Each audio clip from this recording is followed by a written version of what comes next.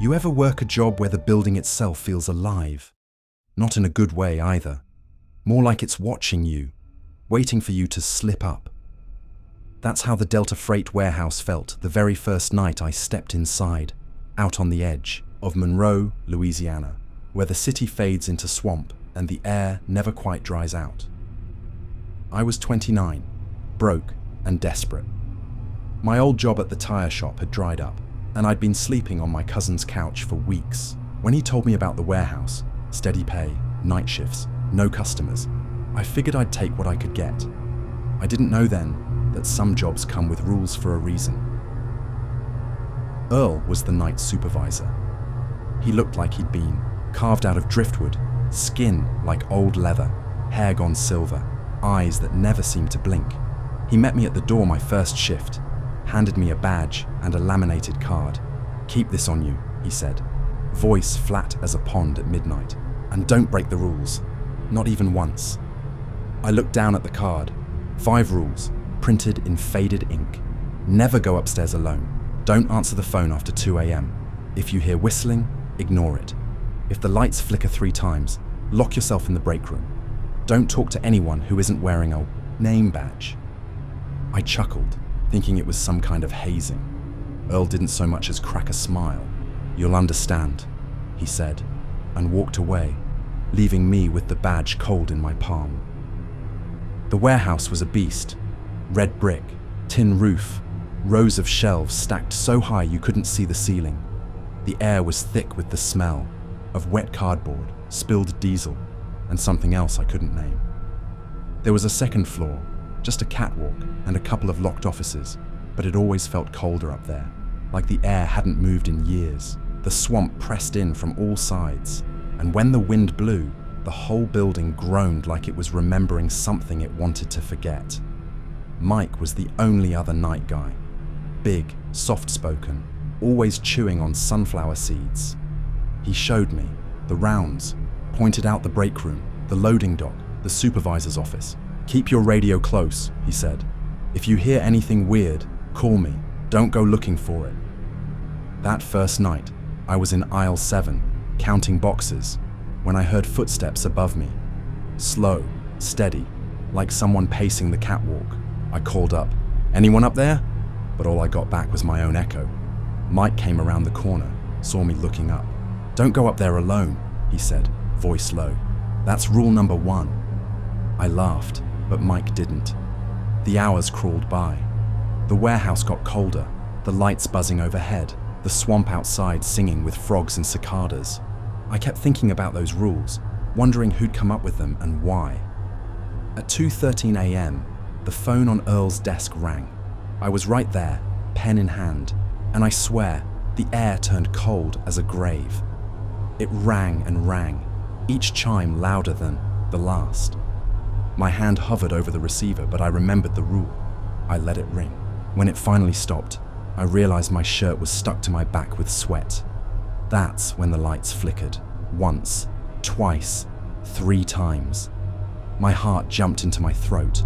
I bolted for the break room, slammed the door, and twisted the lock. The silence pressed in, thick and heavy.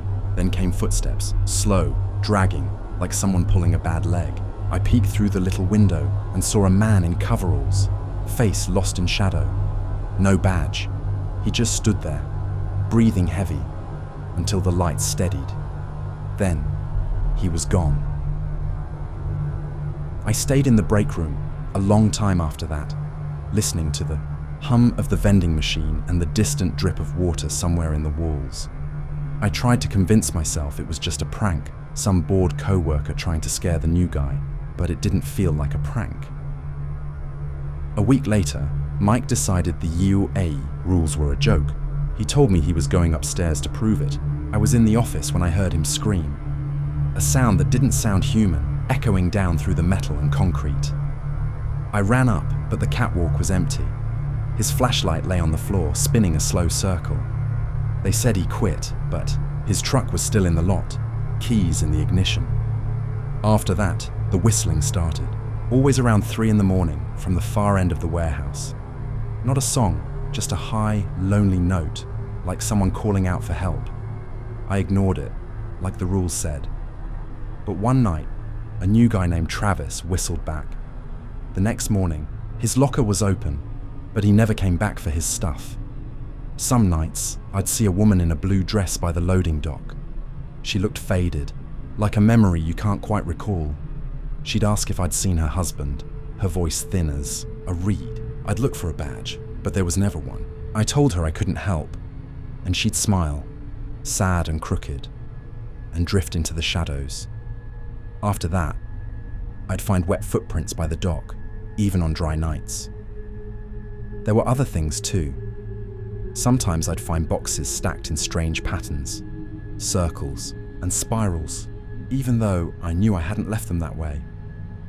Sometimes I'd hear voices whispering my name from the dark corners of the loading bay.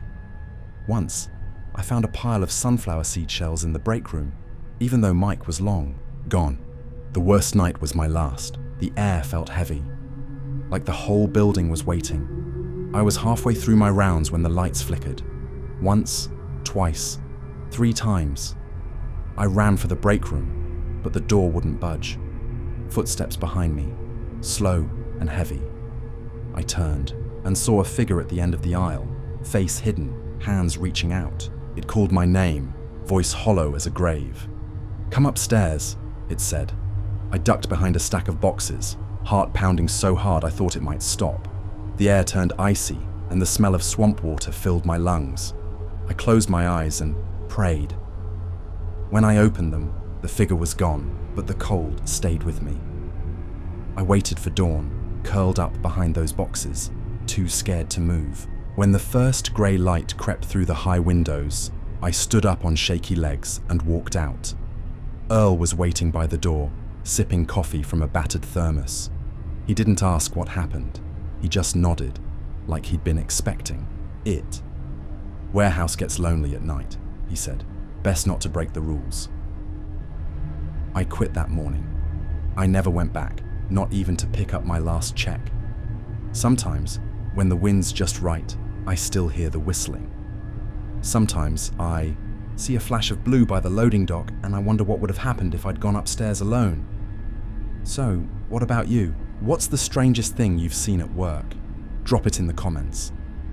And if you ever find yourself working the graveyard shift in a place that feels like it's watching you, remember the rules. Some of them are written in blood. And whatever you do, don't answer the phone after 2 a.m.